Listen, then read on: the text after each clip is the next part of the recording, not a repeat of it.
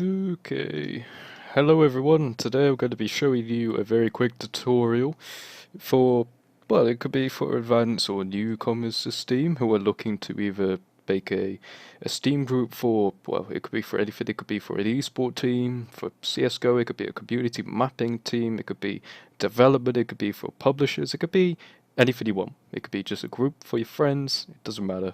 So, I'm going to show you how to make a group. And yep, just don't look at my groups. Okay, so what you want to do is, obviously, when you're on Steam, go over your username, click profile, however you wish to do it, get to your community profile, go down to groups. Once you're here, you'll see create a new group, click there. This is as simple as it gets, people. So once you're here, what you want to do is your group name will be the name of the group, so primary name you'll see when searching it in community, etc. So I'm just going to put, see if bhoops is available. You can now check the availability, which is very cool. And then the abbreviation will be, if you're using it for esports or planning to use it in games, for instance, which use clan tags from Steam groups, this will be the clan tag. So if you're named bhoops esports, you could, well, obviously as long as it's not a taker, which this one is, you could use it as the clan tag in game. But for now, I'm just gonna put that. Okay. The group link will be the link, obviously, of the group, just like a community Steam profile. You could copy it over, send it to people, or you can invite people using it, but I'll show you an easy way of doing it. Let's see. And then just keep getting it to the point where you can use it. And then you can set if it wants to be public or private. Now, basically, the difference between that is public, anyone can join.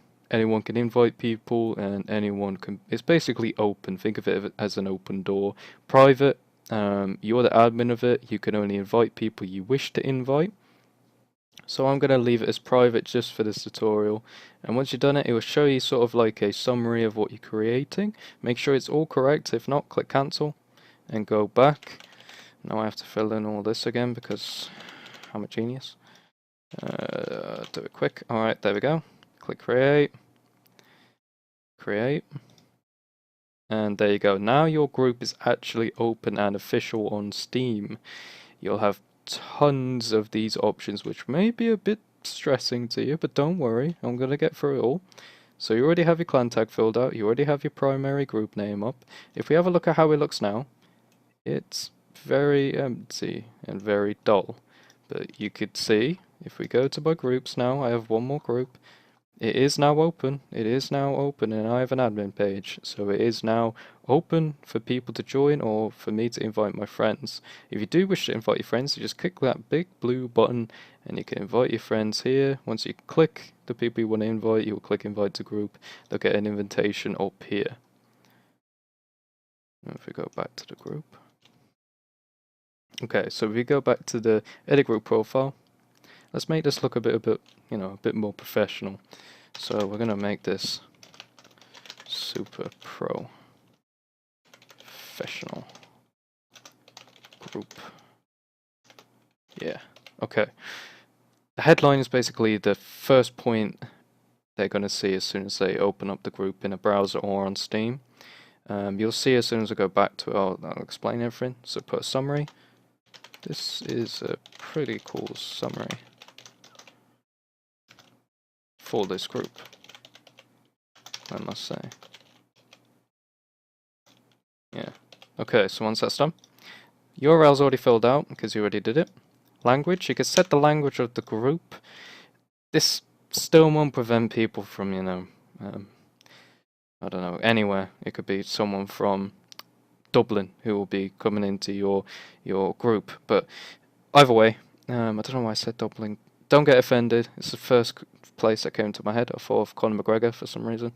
Anyway, so you can set what your primary language is in the group. It doesn't affect anything, but it's just good to show it. Country, you could show where you come from, if you so wish. And then associated games. So if I put Team Fort, it would already come up with Team Fortress 2, which is what I was looking for. Click it. I'll show you what this will do as soon as I get back to it. The avatar will be the group's avatar. You can upload any. Double click one, click upload. There you go. That will be the Steam group picture from now on. And the websites, these could actually be really helpful. So if I go ahead and get a random link here, just get Google, type the URL here or paste it, just put main, or, well, you don't have to put main, you know, the title, so it could be like, I don't know, official group website, and then save changes. All that will then be saved. If we go back now, I can explain things a little bit better for you. So, the avatar has been set. The headline is this. The first sort of, well, it's the headline before the summary. And then your summary's here. Your website links will be here and just below the summary. And you can see all the people here as well. And the associated games will come under here, so you can see what the group plays in a sense, or maybe if you're a mapping community, you can show what games you're creating maps for instance. You'll show when it was founded, the language, and the location.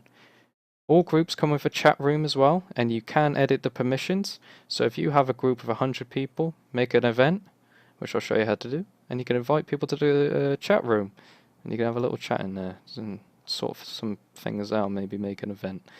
So I'm going to go over all of these things now, and what they all do. So the first one, which is just because it's here, discussions. If I just make a random one here, and I'll explain what they do. Post discussion. Now if you go to the discussions, basically, it's no other way of putting it other than a discussion page. If you have a trading group, you can make it open if you want, so people can post like sort of like a form page in a sense, and you can see who's made it, and so you could post comments to it. And it's as simple as it gets really. And yeah, okay, moving on. Announcements are very helpful if you have a big group, because if we come here, type out your announcement with the headline and the message. The headline is what you will see first, which I'll show you. Post announcement, and it actually comes up for everyone inside the group, and if they click that, then they can then go straight to the announcement, which is pretty great. And it'll also show up here. If you have a lot of them, you can view them all. Comments, click that, and you can also subscribe to it, so you can see who comments on it via a notification, which will appear there. But anyway, moving on. Events.